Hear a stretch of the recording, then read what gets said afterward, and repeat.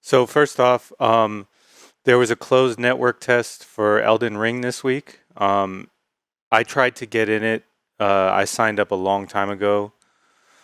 Um, Bandai Namco put out kind of like a form that you could fill out if you wanted to get in it. Unfortunately, I didn't get in it, and nobody I knew got in it. So all I had to do was just watch videos. But here's a good blog post on the PlayStation blog page where it kind of goes in depth of actually this is pretty stupid. It goes into depth of all the different mechanics in the game. So let's look at that. So all right. So we're gonna go through each one of these and just kind of discuss it. Tough bosses. Obviously, that's a staple of from software games.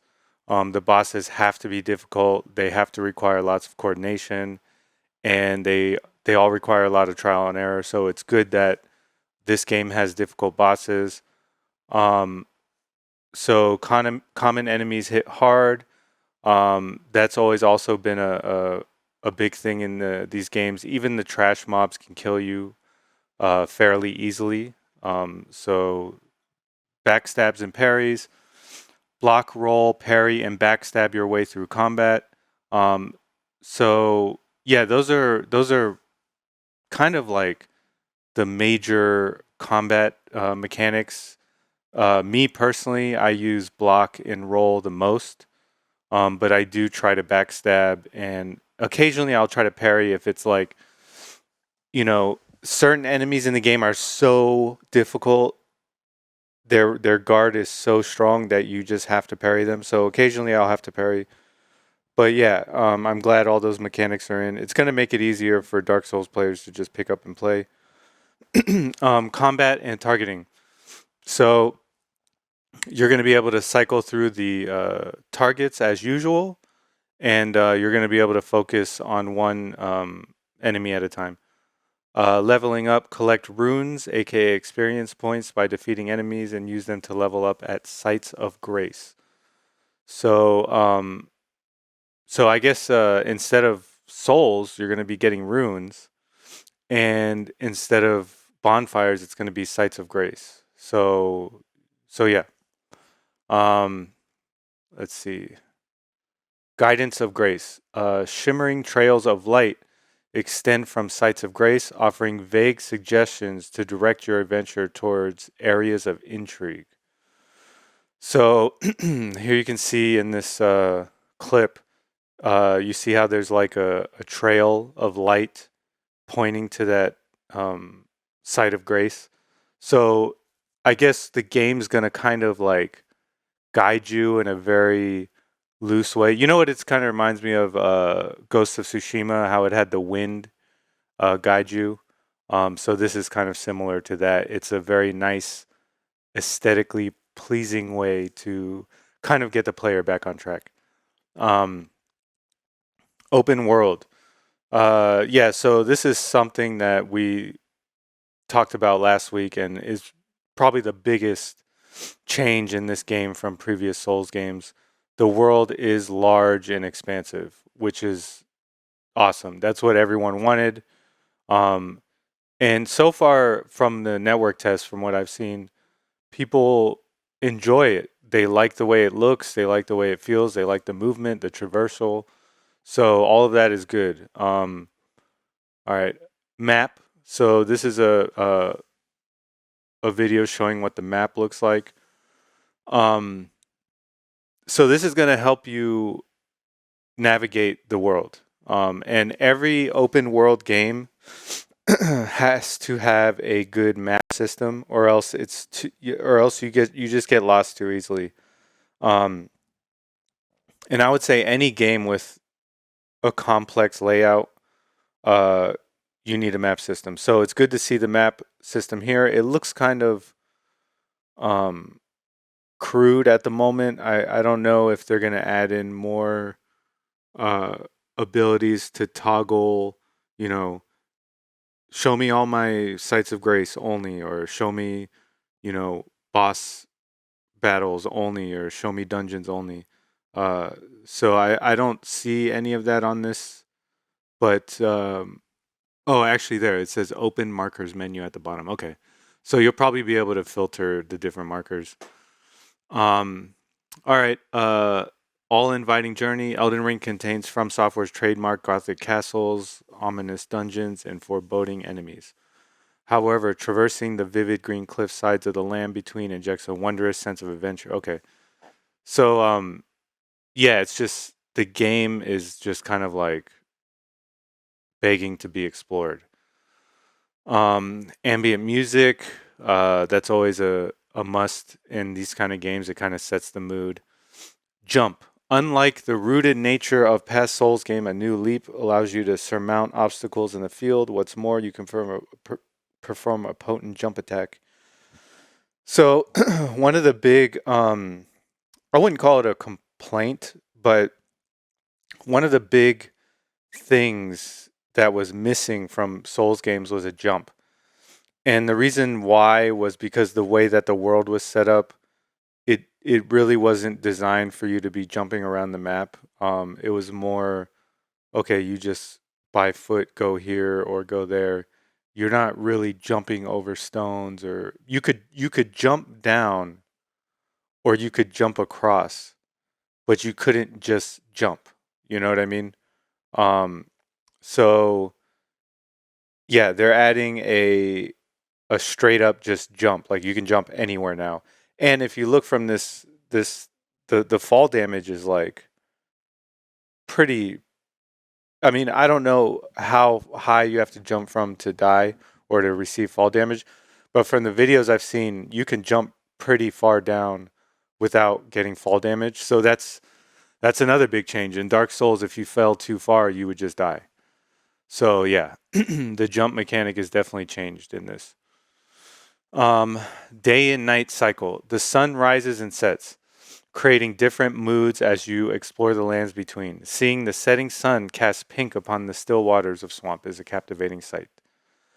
Transient weather events such as rainstorms also pop up and change vibes. So the game's going to have a day and night system, and it's going to have a weather system. So that's all very important for open world games.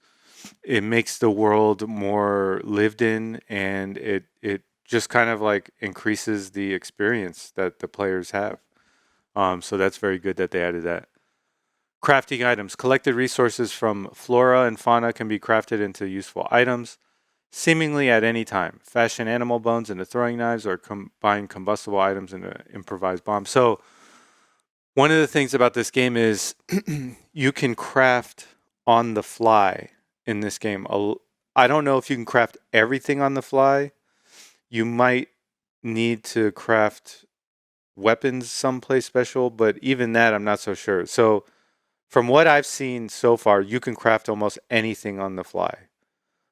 So that is another change, and the reason I think they're doing that is because they want the player to just be able to play. They don't want you, and also the size of the map.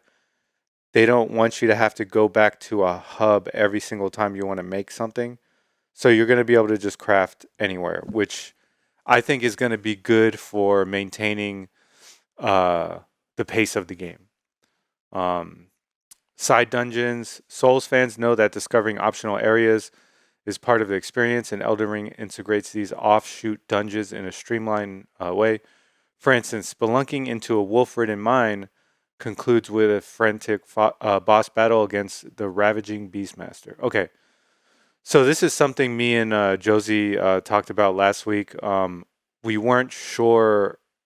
We were sure that they were going to have dungeons, but we weren't sure how much there was going to be, and kind of what they were going to be like. And he mentioned the kind of like dungeon system in Bloodborne, um, how it was kind of disjointed from the game. So this is going to be more natural. You're going to be able to just, hey, look, there's a cave over there, and then just go in and end with a boss fight. So I think that's going to be awesome. That's going to be a huge uh, change to the Souls formula, and I actually like that. I actually like just going out and dungeon crawling. I don't like to always just follow the main quest. So for me, I'm looking forward to this. Um, defeat enemy groups, recharge flask. So there. Okay, so normally to recharge your flask, you would have to go to a bonfire, right? Or in this game, a sites of grace. So now, if you defeat enemy groups, you can actually recharge your flask that way. So vanquishing specific groups of enemies in the field will replenish your flasks. An added incentive for finishing off groups of foes after triggering combat. This varies by type of flask and enemy group. Of course, you can always refill your flask by resting at a side of it. So no longer are you required to just go to a site of grace, bonfire, whatever you want to call it. You can get it by killing certain groups of enemies. So I think that's interesting that they're making it groups of enemies. So basically, like, high risk, high reward. Yes, man, I need to recharge my flask. I don't want to go to a site of grace, but let me kill this group of enemies. Your risk at dying is high because it's a group, but the reward is high too because you can recharge your flask that way. So I I think that's a genius kind of counterbalance that they put into that. So yeah, that's actually pretty cool. And it's going to be up to the player. If you're a risky player, you'll probably be doing that. Um, all right. Summonable Mount. Get around the expansive world fast by summoning your special spectral mount from thin air. Attacking enemies from horseback is efficient and satisfying, but be careful not to get knocked off or you'll be fatally vulnerable. Resurrect a fallen mount by using a charge from the flask of Crimson Tears. So this is a big, big change. And I mean, it's required for an open world game like this. You need a way to traverse the world quickly. Here you can see a jump. It's kind of like a jump pad, but it looks like a air tunnel, I guess. Um, so that's going to allow you to jump up mountainsides. Your your mount can jump as well, but I like the fact that you can just summon it anywhere. That's how games are doing it now. It's just more. It's just better for the player. Like if you have to go and take it to a stable and then go to a stable and get it later, it's just when games do that, I don't even bother with mounts. I know that sounds crazy, but I hate doing that. So I like summonable mounts, and I think that's good that they have that here. So and also it seems like you're gonna have to manage a bunch of different flasks. So Flask of Crimson Tears. I don't know if it's just for mounts, but that's interesting. Vertical exploration. While mounted, keep an eye out for. Oh yeah, that was the. Okay, it calls them updraft. Cooperative rune gathering. Good Samaritans who help friends progress in their world will be able to transfer collected runes back to their main game when done with co-op. So that's actually pretty cool. So in in past Souls games, when you helped a player, the benefit was mostly for that player. Especially if they were fighting a boss, they would get to kill the boss, and you would help them, but they would get most of the benefit. Here, they're saying you can go with somebody, fight, and keep the runes that you collected in that fight. So that's actually pretty cool. And that incentivizes players to kind of join another player's game, because now they're getting a benefit out of it as well. So I think that's pretty cool. And I think that'll help me to kind of help other players more.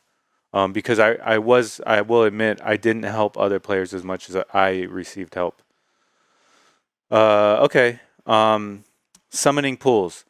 These small markers are found around the lands between. Summoning pools are the only means to summon other players to help with Elden Ring's dungeons. So they're gonna have summoning pools, and then that's how you're gonna be able to summon other players. Let's see, Flask of Wondrous Physic. A new flask for customizing concoctions with unique effects.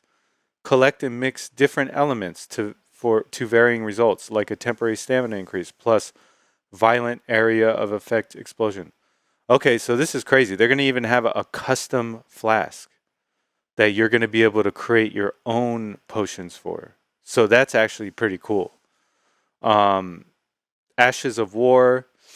Items you can collect and use to imbue elemental powers onto your weapons or grant additional abilities to the weapons, such as summoning. Okay, so this was actually Fextra Life has a good video on this where he goes through all the ones in the network test.